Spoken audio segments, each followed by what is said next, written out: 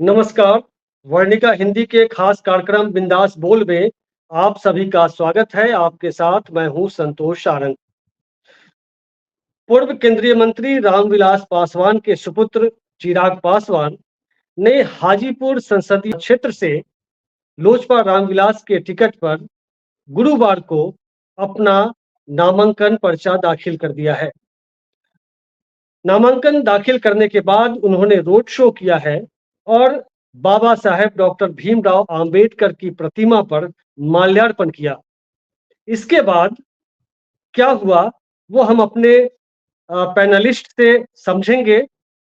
हमारे साथ आज जुड़े हैं चौहरमल लोक अधिकार मोर्चा के राष्ट्रीय संयोजक और जंदाहा प्रखंड के निर्विरोध पूर्व प्रमुख प्रेम शंकर पासवान जी।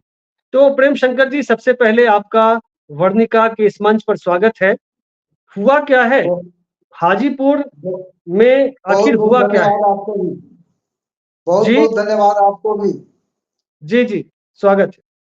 हुआ ऐसा है कि जब रोड शो के क्रम में बाबा साहब भीमराव अम्बेडकर जी के प्रतिमा पर माल्यार्पण करने गए चिराग पासवान जी, तो समाज के लोगों को लगा कि जो शख्स बोल रहा है कि हमें आरक्षण की जरूरत नहीं है, संपन्न व्यक्ति को आरक्षण छोड़ देना चाहिए, ऐसा स्टेटमेंट आने से इस समाज में काफी खलबली मचा हुआ है कि जो आदमी बोलता है कि एक तरफ हम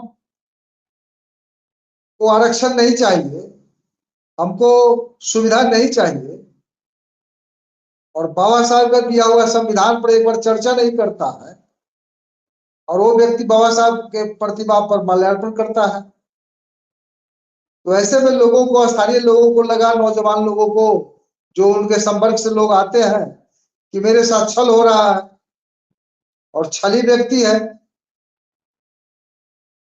10% आरक्षण की मांग करता है, लेकिन हम लोग की बात नहीं उठाता है।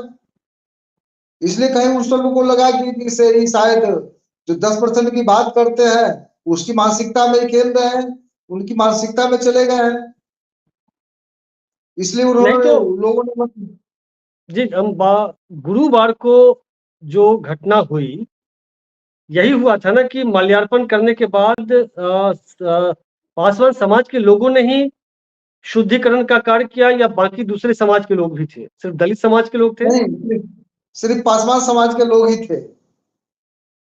अच्छा, तो कौन लोग थे वे? किसी संगठन से जुड़े थे, पॉलिटिकल पार्टी से जुड़े थे? नहीं, किसी पार्टी से जुड़े हुए लोग नहीं थे, स्टूडेंट लोग हैं। एक छोटा सा एक वीडियो क्लिप है जो हाजीपुर न्यूज टुडे करके शायद है, वो वहाँ का लोकल यूट्यूब चैनल है। उसका एक छोटा सा क्लिप है, उसको हमने कंपाइल किया है एक रिपोर्ट के रूप में। जरा अपने दर्शकों को पहले दिखा दें कि आखिर हुआ क्या है। डॉक्टर भीमराव अंबेडकर की प्रतिमा के शुद्धिकरण का मामला अब तूल पकड़ता जा रहा है। गुरुवार को नरेंद्र मोदी के स्वयंभू हनुमान चिराग पासवान ने हाजीपुर लोकसभा सीट से नामांकन पर्चा दाखिल करने के बाद रोड शो किया और अनवरपुर चौक पर बाबा साहेब की प्रतिमा पर माल्यार्पण किया। इसके बाद पासवान समाज के कुछ लोगों ने प्रतिमा का दूध से नहलाकर शुद्धिकरण किया। लोगों का कहना था कि चिराग पासवान ने दलितों का वोट लेकर उसका हितैषी होने का दावा तो करते हैं, लेकिन आरक्षण विरोधियों के साथ वे खड़े हैं। SC/ST एक्ट को जब मोदी सरकार कमजोर कर रही थी और विरोध में जब दलित समाज आंदोलनरत था, तब चिराग चुप्पी साधे रहे। इसी को लेकर पासवान समाज चिराग का विरोध कर रहे हैं। चुनाव के इस वक्त में पासवान समाज ही जब चिराग का विरोध कर रहे हैं, तो समझ सकते हैं स्थिति क्या है। जी प्रेम जी, जी, तो क्या पूरे संसदीय क्षेत्र में हाजीपुर में पूरा पासवान समाज विरोध कर रहा है, या कुछ लोग विरोध कर रहे हैं चिराग का? जो जागरूक समाज है पासवान में, जो संविधान को समझ चुका है, जो पढ़ा लिखा संवर्ग है, उसको महसूस हो रहा है कि जब हम पर अत्याचार होता है, हमारी समस्या आता है, तो हमारा नेता हमारे समस्या पर वो अपना आवाज नहीं उठा पाता। तो जब हमारी आवाज नहीं उठा पाती तो हमारा नेता कहां से हो सकता है। इस घटना को लेकर हमने बात किया उस स्टूडेंट सबसे, उस लड़का सबसे। लड़का बताया कि सर जब वो संविधान खत्म हो रही थी 2018 में, एससी एसटी एक्ट खत्म हो रहा था, इस परिवार से 3-3 को एमपी था, केंद्र में मंत्री थे उस समय, स्वर्गीय रामविलास पासवान खुद संसद में थे, तब भी मामला नहीं उठाया लोगों ने और हमारा अधिकार खत्म हो गया। 2 अप्रैल को हम लोग 2018 में हम लोग खुद रोड पर उतरे, पूरा समाज, पूरे भारतवर्ष के जो गरीब गुरबा लोग हैं, जो आम आवाम लोग हैं, रोड पर उतर गए। वो हमको एससी एसटी एक्ट बचाना पड़ा था। तो उस समय तो सांसद नहीं, यहाँ से नहीं था, हाजीपुर से। आज हाजीपुर गणतंत्र की धरती के हम बेटा है, इसलिए हमको महसूस हुआ कि ऐसे आदमी को हम लोग को टॉयलेट नहीं करना चाहिए, ऐसे आदमी को हम लोग को ग्राह्य नहीं हो सकता है, जो आदमी हमारी समस्या को नहीं उठा सकता है। रामविलास पासवान ने जब ईडब्ल्यूएस आरक्षण लागू हो रहा था, उस दौरान जब विधेयक पर चर्चा हो रही थी, तो लोकसभा में रामविलास पासवान ने कहा था कि ईडब्ल्यूएस को, जो सामान्य वर्ग के लिए जो आरक्षण आया था, उससे 9वीं अनुसूची में डाल देना चाहिए, ताकि कोई न्यायिक समीक्षा हो ही नहीं इसकी। तो ये भी तो दर्शाता है कि आप दलितों के नेता मसीहा बनते हैं, लेकिन आप जनरल, जो सामान्य वर्ग है, जो एससी एसटी ओबीसी आरक्षण का विरोध करता रहा है, उसके आरक्षण के पक्ष में सिर्फ खड़े नहीं थे रामविलास पासवान, बल्कि उसे 9वीं अनुसूची में डालने की भी बात कर रहे थे। ये भी समाज के एक छल हो रहा था उस समय में। एक चीज और बोल गए थे हम लोग के संबंध में, शेड्यूल कास्ट के संबंध में, कि जो शेड्यूल कास्ट के ऐसे लोग हैं जो तो खेत में हल जोत के भी खा ले सकता है, लेकिन अपर कास्ट के लोग हैं वो कैसे हल जोत सकता है। इस बात से भी समाज में काफी कष्ट हुआ था उनके बात से। एक केंद्र में मंत्री रहते हुए ऐसा स्टेटमेंट उन्होंने दिया जो लगे लोगों को सीना में लगा कि हमको मतलब भेज दिया इस बात को। तो कुल मिलाकर के दलित समाज में इतनी चेतना आई है कि जो उसके हित, उसके आरक्षण, उसके संविधान के पक्ष में अगर उसकी जाति का भी नेता खड़ा नहीं है, तो उसका विरोध कर सकता है और कर रहा है। बिल्कुल, आज यही तो समझ में आई है कि जो आदमी संसद में नहीं बोल रहा है, आज ही गणतंत्र के धरती पर पैर रख के यहाँ चुनाव लड़ने का विरासत खोजने के लिए चलाया है, तो क्या विरासत पासवान समाज नहीं था? इसलिए हम बिल्कुल। लोग मतलब उस मूर्ति को दूध से धोए हैं। लोग बता रहा था, स्टूडेंट लोग बता रहा था। तो क्या एक उदाहरण बन सकता है हाजीपुर का, जो पासवान समाज है, पूरे देश के लिए एक नजीर बन सकता है क्या, कि हित के लिए, संविधान और आरक्षण बचाने के लिए, भले उसकी जाति का नेता ही क्यों न हो, उसका विरोध करना चाहिए, उसका मुखालफत करना जरूरी है आज के समय में। 131 सांसद 543 में है जो शेड्यूल कास्ट के लोग हैं, और शेड्यूल कास्ट के जो लोग हैं 131 किसी ना किसी पार्टी से जीत के गए हैं। तो पार्टी के गाइडलाइन से चल रहे हैं, न कि समाज के गाइडलाइन से चल रहे हैं। पार्टी जो इशारा कर रहा है वो काम कर रहे हैं। पार्टी उनका कह रहा है कि बोलने के लिए तो बोलता है, जब जमाई आता है तो आदमी मुंह खोलता है। उस तरह से पार्टी जब उसको बुलवाना होता है तब पार्टी का बात वो बोलता है, लेकिन जब समाज पर घटनाएं घटती है तो उस पर आवाज नहीं उठता है उसका। आपको ध्यान में होगा, जब रामविलास पासवान जी के निधन के एक आध साल के बाद ही, जब उनका जो दिल्ली स्थित सरकारी बंगला है उसको खाली कराया जा रहा था, तो उनकी तस्वीर भी सड़क पर फेंकी दिखी थी, तस्वीरें भी सामने आई थी। किस तरह से रामविलास पासवान जी को एक तरह से अपमानित ही किया गया, सामान सड़कों पर फेंक दिया गया। इसके बावजूद चिराग पासवान प्रधानमंत्री मोदी के हनुमान बने चलते हैं। ऐसा क्यों है? क्या दिख रहा है? क्या मजबूरी है चिराग पासवान के पास? संतोष संतोष जी एक बात बता दे आपको, आप हनुमान की बात कर रहे हैं। एक तरफ कहता है वो कि हम शेर का पुत्र है, शेर का बेटा है। हाजीपुर के लोगों ने रामविलास पासवान को गिनीज बुक ऑफ वर्ल्ड में 2-2 बार भेज के शेर बनाया। और उसका बेटा हनुमान कैसे हो सकता है? बोलने के लिए बोलता है कि हम शेर का बेटा है, लेकिन किसी के सामने में हनुमान दिखता है वो कि हम हनुमान है। तो शेर का और हनुमान का क्या सामंजस्य हो सकता है, ये समझने की बात है। और दूसरी तरफ आप बात कहे कि 12 जनपद की बात, 12 जनपद में उनकी मूर्ति तोड़ के हटा दिया गया, उनका फोटो फेंक दिया गया, लाश से कुचला गया, बाबा साहब का, भीमराव अम्बेडकर का प्रतिमा फेंका गया। फिर भी कैसा नालायक लड़का है जो अपने पिता के अपमान को सह लिया, जबकि कहता है कि हमको 12 जनपद में जन्म हुआ है। जन्म स्थान खत्म हो गई, 12 जनपद खत्म हो गया। उस 12 जनपद को बचाने के लिए रामविलास पासवान ने जब 2019 में 2009 में चुनाव हार गए थे, तो उस पीरियड में माथा पर हाथ देकर सोच रहे थे कि हम 12 जनपद में कैसे बचा दें, जो हमारा 89 से मिला हुआ आवास है, उसमें चिराग का जन्म हुआ है, वहां से हमारी लड़ाई शुरू होती है, मंत्रिमंडल का काल हमारा शुरू होता है। उसको हम कैसे बचावे? तो लालू यादव से के पास गए, लालू यादव ने इनको राज्यसभा भेजा, राज्यसभा जब गए तो 12 जनपद बचा।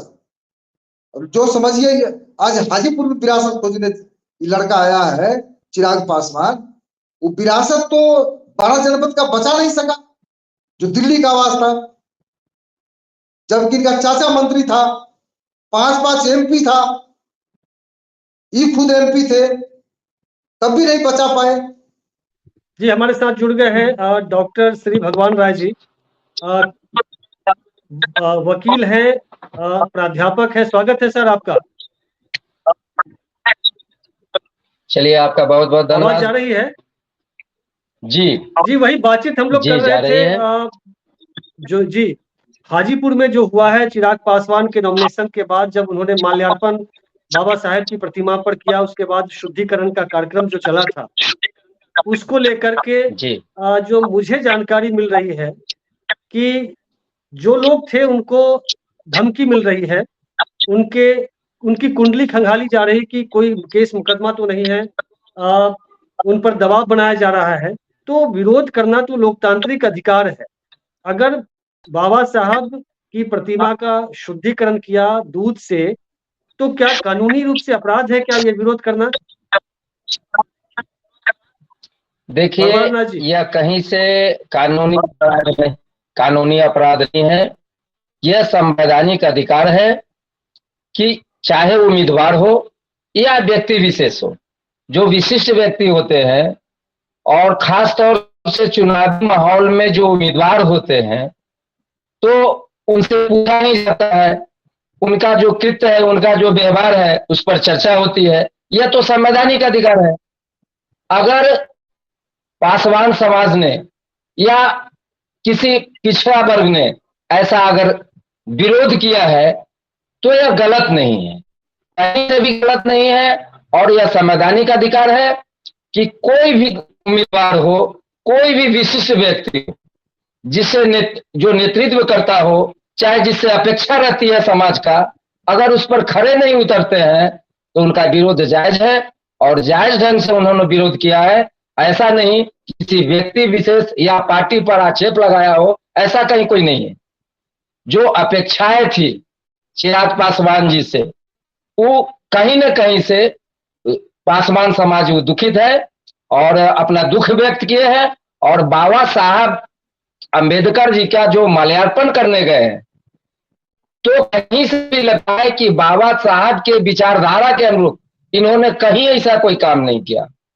एक मौका आई लोकसभा में भी किसी ढंग से आरक्षण के सवाल पर या अपने समाज के विकास के सवाल पर कहीं एक शब्द इनका कोई खंडन नहीं हुआ, किसी तरह से उनका विचार प्रकट नहीं हुआ।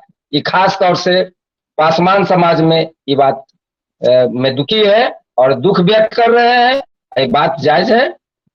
मैं ये कह रहा था कि इतनी बड़ी घटना हो गई, किसी अखबार ने, स्थानीय अखबारों ने खबर नहीं छापी है, और जो अभी समय चल रहा है कि जो विरोध के तमाम स्वर हैं उसको दबाया जा रहा है, ये जो भी थे, जो विरोध में थे, उनको एक तरह से डराया धमकाया जा रहा है, चुप रहने की बात की जा रही है। इसको लेकर के क्षेत्र में चर्चा क्या हो रही है? क्या इनकी हालत खराब है चिराग पासवान की? क्योंकि कुशवाहा भी समाज से भी मेरी बात हो रही थी और कुर्मी समाज से, वो लोग भी विरोध में खड़े हैं चिराग पासवान के। तो क्या माहौल है वहाँ का? हाजीपुर का माहौल अभी शिवचंद्र राम जी के तरफ स्थानीय होने के नाते, मुखर होने के नाते, और खास तौर से सामाजिक परिवेश में उनका जो लगातार संपर्क रहा है, तो जनता में एक तरह से उनके प्रति एक रुझान देखने को मिल रहा है। आरजेडी उम्मीदवार है और स्थानीय भी है, और सामाजिक तौर से उनका समाज में लगातार लगाव रहा है, लगातार जनसंपर्क करते रहे हैं। पहले भी लगातार जनताओं के बीच जाके समस्या को सुनते थे, समस्या का निराकरण की दिशा में आगे बढ़ते थे। उनका यह पहल हमेशा से रहा है, और जो अपेक्षाएं थी समाज को, वह कहीं से ही चिराग पासवान खड़े नहीं उतरे हैं, और न कभी मुखर होकर बोलने का काम किए हैं। यही कारण है कि लोगों में आक्रोश व्याप्त है। जी प्रेम जी, नरेंद्र मोदी को लेकर राम मंदिर का मसला, ये सब कुछ क्या बिल्कुल किनारे हो गया है? स्थानीय मुद्दे हावी हैं और चिराग पासवान से नाराजगी का मुद्दा सबसे ऊपर है? नहीं, आपका बिल्कुल कहना सही है। ये भी चिराग का मुद्दा चल रहा है। राम मंदिर का वो देख रहे हैं, 22 जनवरी को राम मंदिर का राम का प्राण दिया जा रहा है, और दूसरी तरफ जो पिछड़ा समाज के लोग हैं, जो दिया जलाने में और झंडा टांगने में व्यस्त था, उसका एक तरफ प्राण खींचा जा रहा था। आप देखे होंगे कि यूजीसी की नौकरी में आरक्षण था, उसको खत्म कर दिया गया था। बिल्कुल, उसका भी आंदोलन चल रहा था। लोग जो पिछड़े वर्ग के लोग, सजग समाज थे, दिल्ली में आंदोलन चला रहे थे, और एक तरफ राम को प्राण दे रहा था, एक तरफ प्राण पिछड़े समाज का खींचा जा रहा था। वो भी लोगों को महसूस है, और उसमें भी चिराग पासवान ने कुछ नहीं बोला। इसलिए जो बुद्धिजीवी वर्ग है, सारे तमाम लोगों को महसूस हो रहा है कि ये आदमी किसी का गोद में खेल रहा है, ये हमारी समस्या को कभी उठा नहीं सकता है। हम पर अगर अत्याचार हो रहा है, हम अगर शिकार भी हो रहा है, मारे जाएंगे भी, तो हमारी आवाज तक नहीं बोलेगा। इसलिए ऐसा महसूस हो रहा है, और खास तौर से पासवान समाज को महसूस हो रहा है कि ऐसे आदमी को हम लोग जो विरासत खोज रहा है हाजीपुर में, विरासत हम लोग इसको कायम ही नहीं होने दें। पासवान समाज को महसूस हो रहा है। भगवान सर, नित्यानंद राय हाजीपुर के ही रहने वाले हैं और मोदी जी के बहुत करीबी हैं, भाजपा के प्रदेश अध्यक्ष भी रह चुके हैं, गृह राज्य मंत्री भी हैं, एक मजबूत नेता है अभी एनडीए और खासकर बीजेपी के, और वे हाजीपुर से हैं।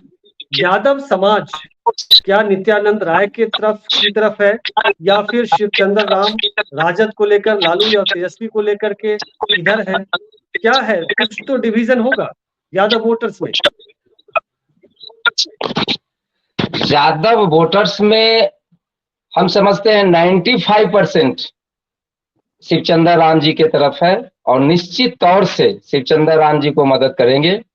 ऐसा यहाँ का भी माहौल है पूरे हाजीपुर में। और खास तौर से जो एक पासवान समाज के तरफ से बात उठ रही है कि दलित नेता होने के कारण, राष्ट्रीय स्तर के नेता रामविलास जी रहे हैं, और दलित नेता के रूप में चिराग पासवान जी अपने आप को समझ रहे हैं, तो अपने दल से किसी दलित को क्यों नहीं उम्मीदवार बनाए? क्या दलित नहीं थे? उनकी भागीदारी नहीं होनी चाहिए? यह मुद्दा भी स्थानीय स्तर पर उठ रही है। और खास तौर से जो चिराग पासवान जी का जो पर्दा के पीछे जो उनका षड्यंत्र चल रहा है, यहाँ की जनता बखूबी समझ रही है। इस पर मंथन भी हो रही है और चर्चाएं भी हो रही है। जी संतोष सर यादव की बातचीत कर रहे हैं, जी जी तो ठीक है, हमको लगता है कि जी चुनाव आते आते पासवान समाज आधा से अधिक शिवचंद्र राम जी के पक्ष में हो जाएंगे। संविधान बचाने की फिक्र है लोगों को, विरासत बचाने की चिंता नहीं है पासवान समाज को। वो संविधान बचाने की लड़ाई लड़ा जा रहा है, लोकतंत्र बचाने की लड़ाई लड़ा जा रहा है। और संविधान आज अभी 60% लोगों को जी समझ जी में आ चुकी है कि विरासत हमारा कौन बचाएगा, इंडिया गठबंधन बचाएगा कि एनडीए गठबंधन जी बचाएगा। इस बुद्धिजीवी वर्ग को, हम लोग ऐसे लोगों को समझ में आ चुकी है। इसलिए जी जी 60% जी पासवान आगे रहेगा। बड़ी और बात है। चुनाव बिल्कुल आते, संतोष जी अच्छी बता दे, चुनाव आते आते जी देखिएगा इसका क्या हालात होगा से, कितना खलबली होगा इसमें। अभी तो एक मूर्ति धोने से वो एफआईआर की बात कर रहा है, धमकी दे रहा है। उस समय न जाने हजारों लोगों को, लाखों लोगों को जब इसके विरोध में उतर जाएंगे, तो किसको किसको धमकी देंगे, किसको किसको ट्रेन में फंसाएंगे। इसलिए पासवान समाज काफी बिल्कुल जागरूक हो चुका है और सबसे आगे रहेगा। अभी वर्तमान सरकार वो पूरी ताकत लगा चुकी है कि कोई भी विरोध में एक शब्द न बोले और कोई सवाल न उठाए, कोई प्रश्न न उठाए। तो इस अंक में बस इतना ही। मिलते हैं अगले एपिसोड में, तब तक के लिए नमस्कार, शुक्रिया।